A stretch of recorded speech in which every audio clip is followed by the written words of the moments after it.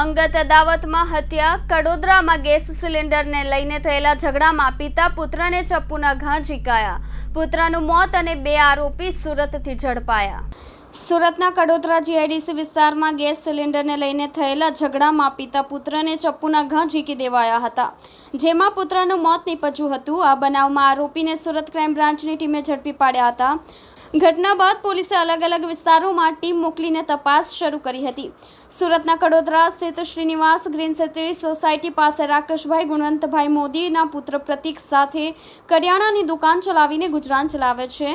તેઓએ નજીકમાં રહેતા હરેશ લોખંડેને ગેસનો બાટલો થોડા દિવસ વાપરવા માટે આપ્યો હતો, જેમાં ગત 30 મેના રોજ સવારના સમયે બાટલો પરત માંગતા હરેશ ઉર્ફે લોખંડે, સાગર ઉર્ફે કાળુ તથા સિદ્ધાંત ઉર્ફે બાબુરામે પિતા પુત્ર સાથે ઝઘડો કર્યો હતો, જેમાં પિતા પુત્રને ચપ્પુના ઘા ઝીંકી દેવાયા હતા. આ બનાવમાં ગંભીર રીતે ઇજાગ્રસ્ત પ્રતીકનું મોત નીપજ્યું હતું. આ બનાવને લઈને કડોદરા જીઆઈડીસી પોલીસ મથકમાં હત્યા અને હત્યાના પ્રયાસનો ગુનો નોંધાયો હતો.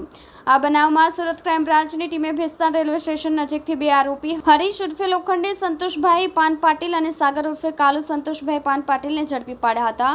પોલીસના જણાવ્યા મુજબ આરોપી હરીશ ઉર્ફે લોખંડે અગાઉ કડોદરા પોલીસ મથકમાં હત્યાની કોશિશના ગુનામાં પકડાઈ ચૂક્યો છે. સુરત ક્રાઇમ બ્રાન્ચની ટીમે આરોપીનો કબજો કડોદરા જીઆઈડીસી પોલીસને સોંપ્યો હતો.